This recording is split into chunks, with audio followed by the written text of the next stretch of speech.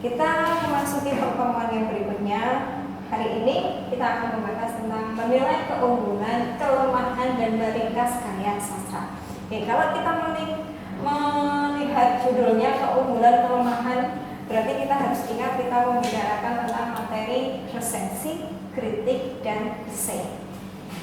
Masih ingat ya, resensi ada di kelas 11, kritik dan esai ada di kelas 12.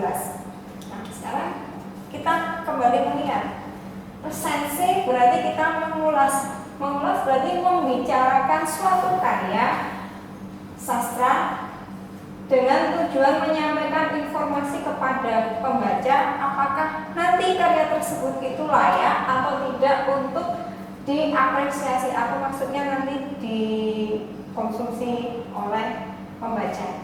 Nah, karena mengapa perlu diresensi?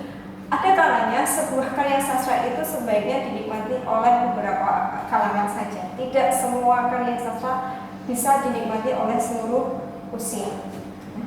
Itu kalau resensi, kita harus menyampaikan informasi dengan ulasan tentang layak atau tidaknya karya tersebut. Kemudian kita ingat lagi, struktur dari resensi itu yang pertama kita harus mencantumkan identitas buku yang meliputi judul, pengarang, penerbit, tahun terbit, dan tebal halaman. Hati-hati terkadang kita mencantumkan harga buku. Harga buku dicantumkan kalau memang itu diperlukan sebagai pengetahuan apakah bukunya terlalu mahal atau tidak. Tapi kalau dalam belajar bahasa Indonesia yang tertulis adalah judul, pengarang, penerbit, tahun terbit, dan tebal halaman. Kemudian yang kedua, sinopsis atau ringkasan cerita. Oke, ringkasan cerita digunakan untuk gambaran sekilas isi buku.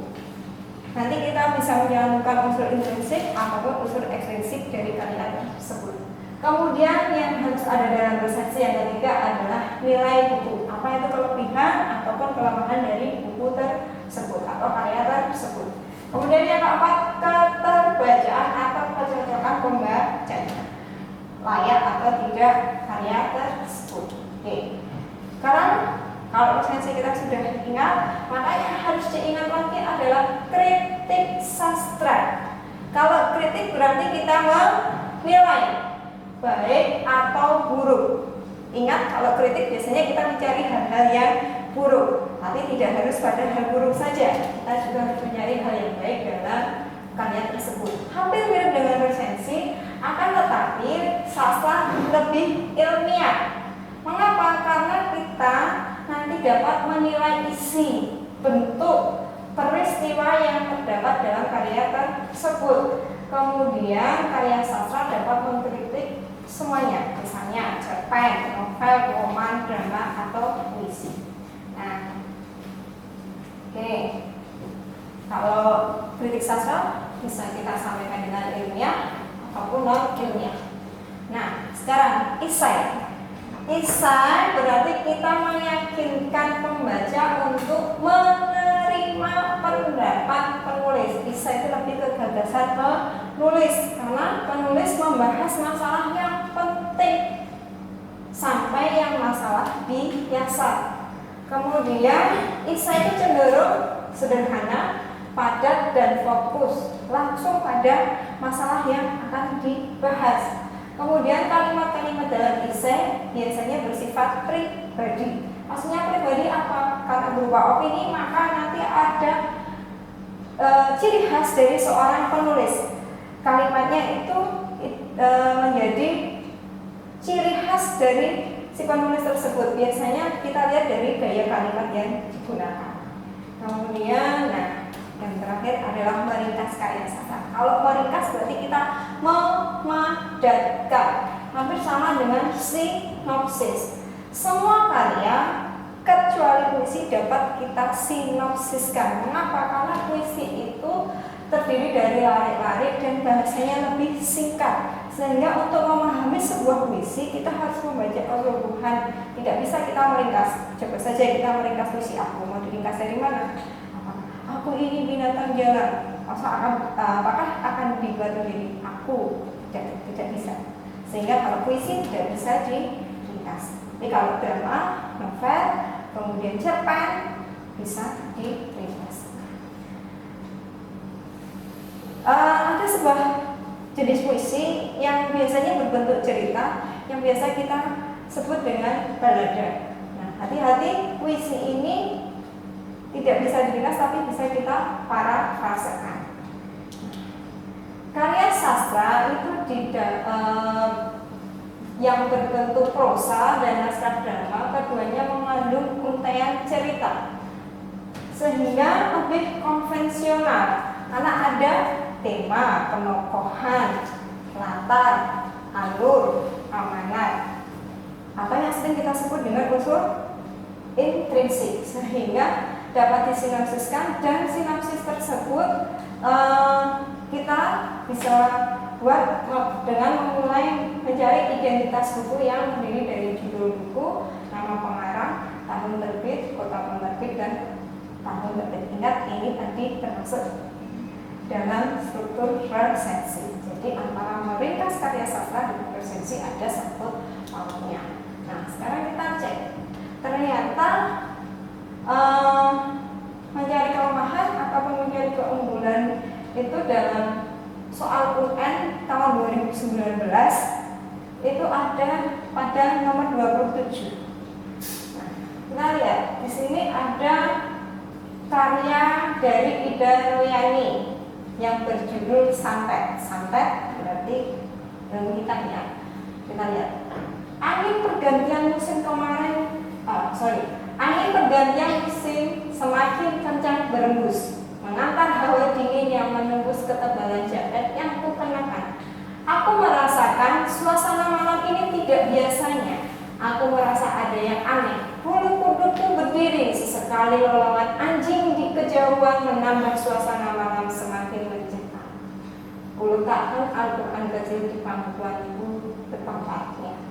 Aku bangkit menuju kamar di samping surau. Langkahku tiba-tiba terhenti. Sekelebatan aku melihat bayangan hitam di bawah pohon nangka di samping rumah. Aku menajamkan penglihatan. Kira-kira suasananya seperti apa mencekam. Perhatikan, pertanyaan dari soal ini adalah kalimat komentar yang menyatakan keunggulan. Kita lihat, apakah A, cerpen tersebut menarik karena menggambarkan suasana malam yang menakutkan dan diperkuat dengan lolongan anjing. B, bahasanya mudah dipahami, tetapi sayang pesan yang ingin disampaikan pengarang kurang tergambar secara jelas. C, pengarang berhasil menghadirkan latar suasana pada malam hari yang menakutkan melalui dialog dan perilaku tokoh. D, pengarang menggunakan kata-kata yang biasa dijumpai sehari-hari sehingga dapat menghidupkan suasana cerita.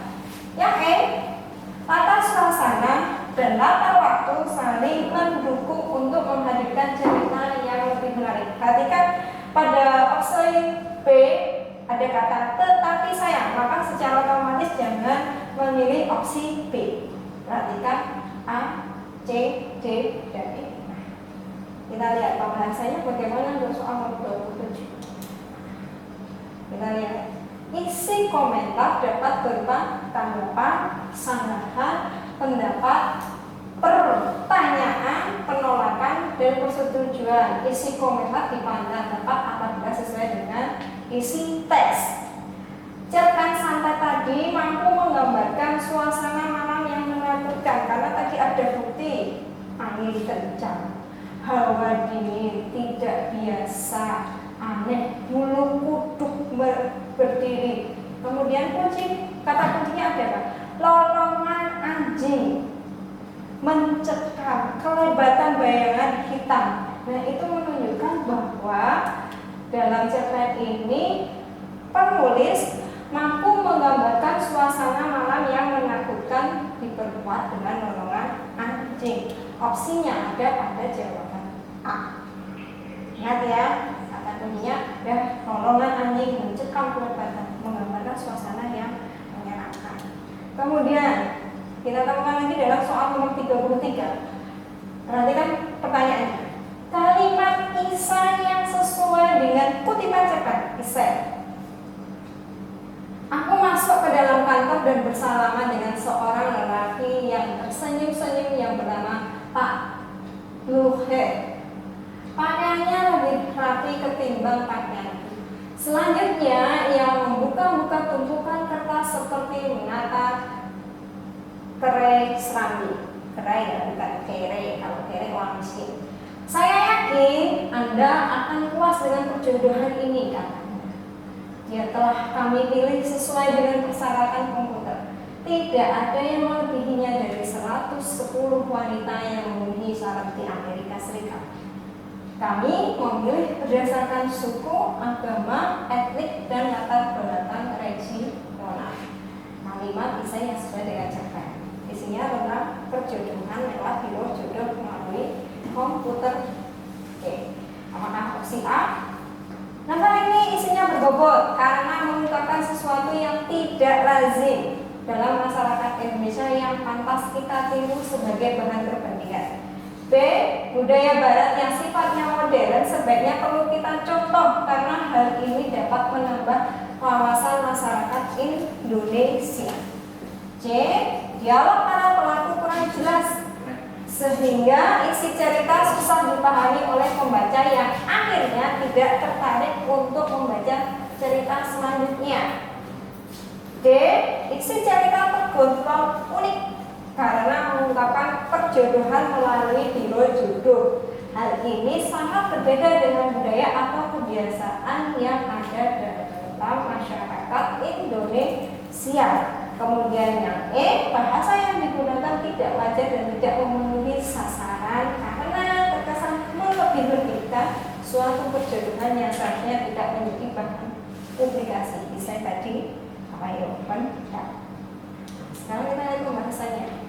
Kita ingat lagi, esai adalah karangan yang membahas suatu masalah secara sepintas dari sudut pandang penulis, pendapat penulis. Nah, lihat tanggapan yang tepat adalah isi cerita tergolong unik. Mengapa? Karena cerpen tersebut mengungkapkan perjodohan melalui biro jodoh yang ternyata di Indonesia belum membudaya ataupun belum terbiasa.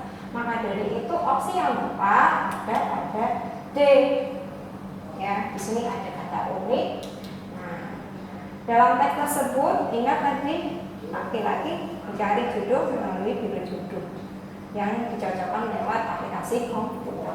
Nah, jadi kalau kita mencari isi, lihat sudut pandang kita sebagai penulis. Kemudian soal yang nomor 29, mencari ringkasan sesuai dengan kutipan cerpen.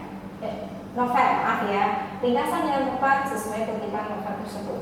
Kita lihat, Pak Jaman dihormati oleh warga kampung. Mereka menganggapnya sebagai seorang pahlawan karena telah berani ikut mengangkat senjata melawan Belanda. Warga kampung juga mengetahui bahwa Pak Jaman seorang yang saleh dan beragama. Tak cukup itu saja, Pak Jaman tak segan-segan membantu para tetangganya yang mengalami kesulitan. Sering didapati yang memberikan bantuan dalam bentuk barang, uang, ataupun tenaga ketika tetangganya kesulitan dan membutuhkan bantuan. Wajar kalau kemudian semua warga kampung menyukai dan menghormati beliau dengan perangannya yang baik. Tokohnya adalah Pak Jaman. Yang seperti apa? Apakah Pak Jaman yang dihormati di kampung termasuk orang-orang Belanda sehingga ia layak dijadikan pahlawan? Ya. Pak Jaman dihormati di kampung termasuk orang-orang Belanda. Yang B, Pak Jaman dihormati orang Belanda karena ia orang saleh sehingga dianggap sebagai pahlawan di kampungnya. Di samping itu beliau juga tidak segan membantu tetangganya yang mengalami kesulitan. Beda ya, A dan B. Sekarang lihat C, Pak Jaman orang yang saleh dan beragama. Beliau juga berani angkat senjata melawan Belanda sehingga ia dihormati dan dianggap sebagai pahlawan di kampungnya. Beliau juga disukai karena berperangai baik dan suka membantu orang yang membutuhkan. Oksidik, orang yang saleh dan beragama pasti disukai banyak orang. Beliau layak digelari pahlawan karena ikut mengangkat senjata ketika para melawan Belanda serta membela orang yang miskin di kampungnya. Sosok pahlawan yang berani mengangkat senjata melawan Belanda adalah Pak Jamal. Dia juga dipandang orang saleh karena beragama dan berperangai baik serta suka membantu orang yang membutuhkan pertolongan. Lihat oksida di sini tidak ada nama tokoh, maka jangan memilih oksida tersebut. Kita cermati A, B, C, dan E. Kira-kira jawabannya yang mana yang lebih lengkap untuk ringkasan sesuai dengan isi kutipan tersebut? Yang tepat adalah C. Mengapa? Ringkasan adalah hasil meringkas, kemudian dia lebih pendek daripada teks tersebut. Kita lihat opsi C, terdapat kata-kata kunci yang ada dalam paragraf tersebut, yaitu dihormati, pahlawan, saleh, dan beragama. Kemudian kata kunci pada paragraf kedua, kita menemukan suka membantu, berperangai baik, dan disukai. Nah, sehingga opsi C ini lebih lengkap. Kenapa? Sudah ada nama tokoh, kemudian perannya yang digambarkan sesuai dengan isi dari paragraf tersebut. Kalau yang A, Pak Jamal termasuk orang Belanda, bukan. Kalau yang B, dihormati Belanda, tidak ada dalam teks tersebut. Hati-hati ketika mengerjakan, sebaiknya kita cermati. Ya. Kemudian nomor 43, kelemahan kutipan novel ini tahun 2019 nomor 43 ini adalah termasuk soal HOTS. Mengapa? Menurut analisis ternyata hampir beberapa siswa tidak bisa menjawab nomor 43 ini karena ini kita harus mampu menganalisa cerita tersebut. Kita cek. Phylicium decipiens biasa ditanam botanikus untuk mengundang burung. Botanikus orang yang ahli dalam botani, ilmu botani ya, dan politikus. Akhirnya kritikus, politikus. Daunnya lebat tak kenal musim, bentuk daunnya cekung sehingga dapat menampung embun untuk barang-barang kecil minum. Dapat menampung embun untuk barang-barang kecil, itu artinya burung-burung kecil minum ya. Dahannya pun mungil, menarik hati burung segala ukuran. Lebih dari itu, dalam jarak 50 meter dari pohon ini, di belakang sekolah kami berdiri kekar menjulang awan sebatang pohon tua Ganitri, Eleucarpus pericuscum. Tingginya hampir 20 meter, 2 kali lebih tinggi dari Phylicium decipiens. Konfigurasi ini menguntungkan bagi burung-burung kecil cantik dan aduhai yang diciptakan untuk selalu menjaga jarak dengan manusia. Ini novel, isinya tentang Phylicium decipiens, sejenis tumbuh-tumbuhan. Kelemahannya apa? Apakah A, penggunaan istilah biologi yang memperkaya perbendaharaan kata membaca? Kemudian B, penggunaan bahasa sehari-hari yang komunikatif terasa menggambarkan cerita. C, penggambaran latar suasana yang sangat hidup tetapi sudah nyata. D, penggunaan istilah bidang biologi yang tidak umum sedikit menyulitkan bagi pembaca. E, penggambaran tokoh secara langsung oleh pengarang merupakan hal biasa. Mencari kelemahan. Tidak ada tokoh, maka hati-hati. Jelas bukan opsi yang harus kita pilih. Bagaimana pembahasannya? Oke, kelemahan berarti menunjukkan kekurangan. Kita lihat. Novel tadi, kutipan tadi lebih banyak menggunakan istilah biologi. ada Felicium decipiens, kemudian ada Eleucarpus sphaericus. Hati-hati, tidak semua orang paham tentang bahasa biologi, istilah biologi.